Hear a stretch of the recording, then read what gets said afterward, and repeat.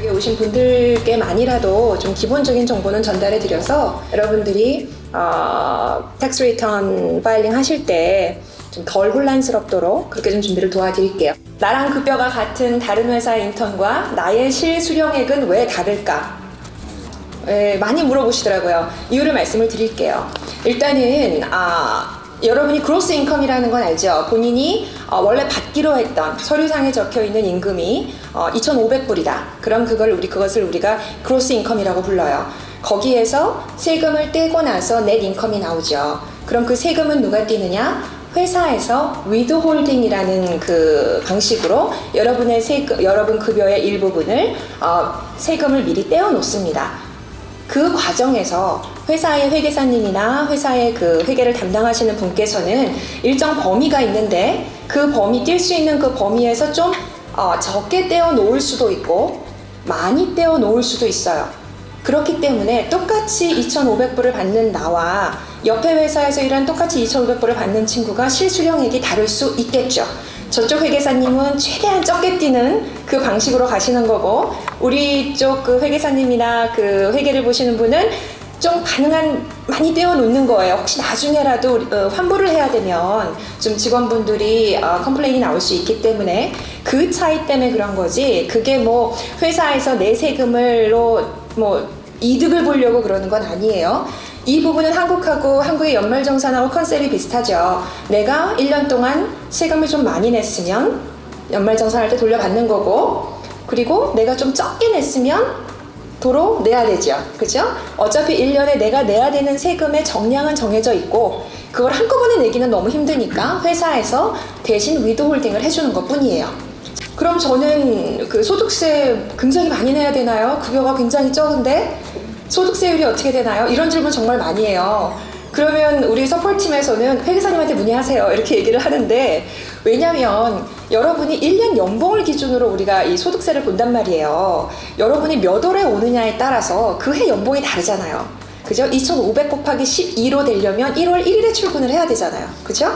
그렇지 않은 경우가 많기 때문에 정확히 몇 %라고 얘기를 해줄 수가 없어요.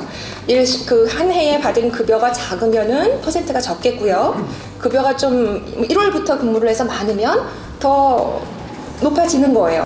페더럴 인컴 텍스, 스테이트 인컴 텍스 왜 두 개나 내나요? 미국에서 일하시는 분들은 다 그렇게 내세요. 그래서 연방 정부에다가도 나는 세금을 내고 내 소득에 대해서 그리고 주 정부에다 뭐 지방세라고 부르긴 좀 그런데 주 정부에다가도 나의 소득에 대해서 세금을 내야 돼요. 이거는 미국에서 일하는 보통 일반 시민분들이나 인턴이나 똑같아요.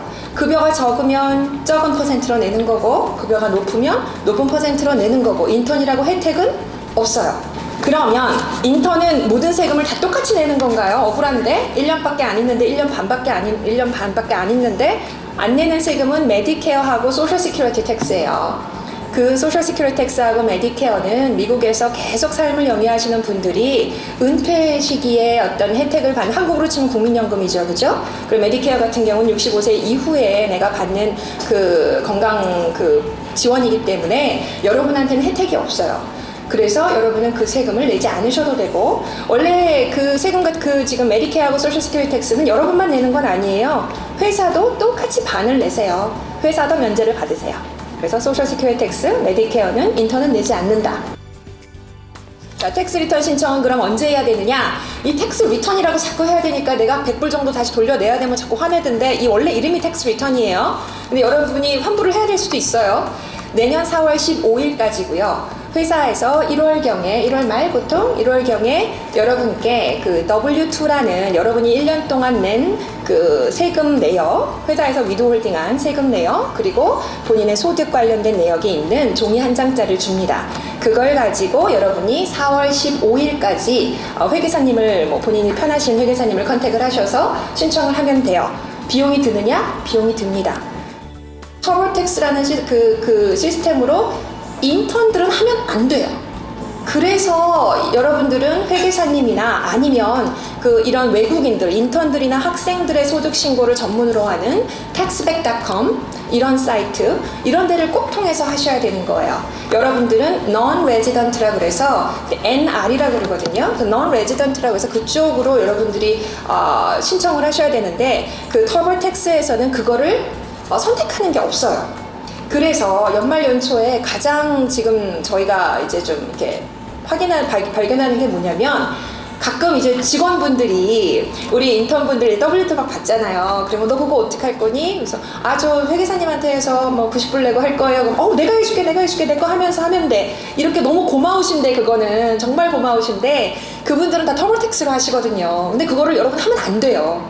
그래서 너무 감사하지만 정중하게 감사하지만 이거는 제가 하겠습니다. 이렇게 하셔야 되고요. 그리고 여러분들 중에 뭐 1월 1일부터 12월 31일까지 근무하면 깔끔하게 한 번만 신청하면 되겠지만 보통 그런 경우가 없죠. 작년 뭐 8월에 신청을 했다. 8월에 입국을 했다. 그럼 작년에 소득이 발생을 했겠네요. 그죠? 그러면 벌써 올해 1월부터 4월 사이에 여러분은 한 번 텍스 리턴 파일링을 하셨어야 돼요. 근데 깜빡하고 안 했다. 난 안 해도 되는 줄 알았다.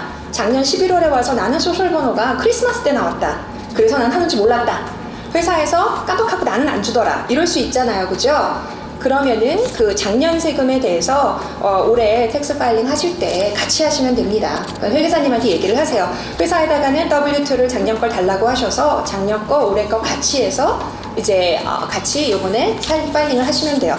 페널티가 뭐 있을 순 있죠. 근데 뭐 여러분 소득이 뭐 작년에 뭐 한 달, 뭐 두 달, 뭐 세 달 해도 소득이 어마어마한 건 아니기 때문에 그 페널티가 몇천 불이 나오고 이런 건 아니에요. 그죠? 몇십 불이나 뭐 그렇게 되겠죠. 정확한 금액은 모르겠지만. 자, 좀 빨리 해야 되는데. 자, 텍스 리턴 신청을 이거는 그냥 yes or no. 방금 얘기한 거에서 인턴은 텍스 리턴 신청을 하면 무조건 세금을 돌려받는다? No. 예. 그러니까 예를 들어 텍스 리턴을 받는다고 가정을 했을 때 그거는 받는 방식은 어떤 방식으로 지급이 되고 그거는 어떻게 받아야 하는지 만약에 한국을 입국을 한다면 그거는 어떻게 받아야 하는지 정말 좋은 질문을 하셨어요. 왜 여기에 그게 없었을까요? 예, 많은 분들이 사실 4월 17일에 한국을 들어가는 건 아니잖아요. 그죠? 그러니까 보통 출국하고 나서 이제 회사에서 이메일로 W2가 올 수 있거든요. 그런 경우에는 한국에서 하실 수 있고요. 한국에서 뭐 taxback.com이나 아니면 미국 회계사님한테 연락하셔서 본인이 한국에 있다는 거 얘기하시고 똑같이 그 W2를 보내서 진행을 하시면 되고요. 그리고 신청을 하는 시점부터 보통 한 4주에서 6주 정도면은 그게 책으로 와요. 책으로 와요. 그리고 한국으로 받으실 수도 있어요. 그 책을. 한국에서도 그거 받아서 은행 가서 현금화 하실 수 있는 걸로 알아요. 그래서 아니면은 뭐 회계사님을 대리인으로 하셔서 회계사님이 그걸 받으셔서 뭐 하셔도 되는데 뭐 책을 한국으로 받으면 편하겠죠. 그죠?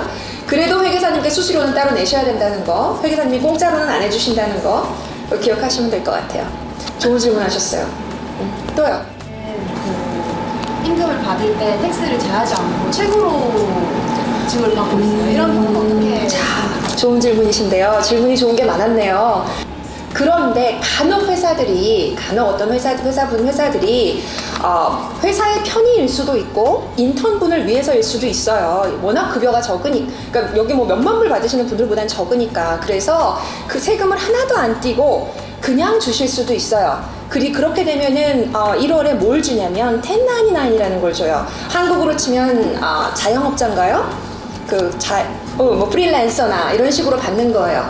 그러면 이분들은 어떻게 해야 되냐면 회사에서 한 달에 조금씩 띄워주질 않았잖아요. 그러니까 할 수 없죠. 뭐 1년 동안 자기가 그 돈으로 잘 놀았으면, 잘 썼으면 다 뱉어내야 돼요. 그래서 그게 조금 힘들긴 할 거예요. 그죠? 그리고 한 가지 단점이라면 회사에서 그 소셜 시큐리티하고 메디케어를 원래 반반씩 내주잖아요. 그런데 이렇게 1099로 끊으시면 그 회사분까지 본인이 다 내셔야 돼요.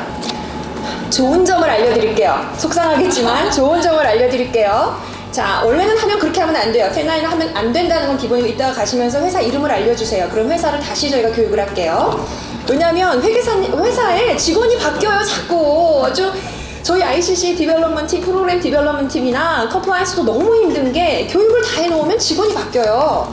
교육을 다 해놓으면 세금은 딴 데서 띄고 있어요. 주겠습니다, 저희도. 그러니까 그럴 때는 알려주세요. 자, 그럼 좋은 점이라고 표현은 안 되지만은 그래도 크게 손해를 안 볼 수 있는 건 본인이 1년 동안 그 핸드폰 비용, 그리고 뭐 운전을 하시면 가스 비용, 본인이 뭐 렌트비, 집에서 일했으니까 본인 렌트비 이런 걸 다 공제받을 수 있어요. 영수증 다 챙기세요.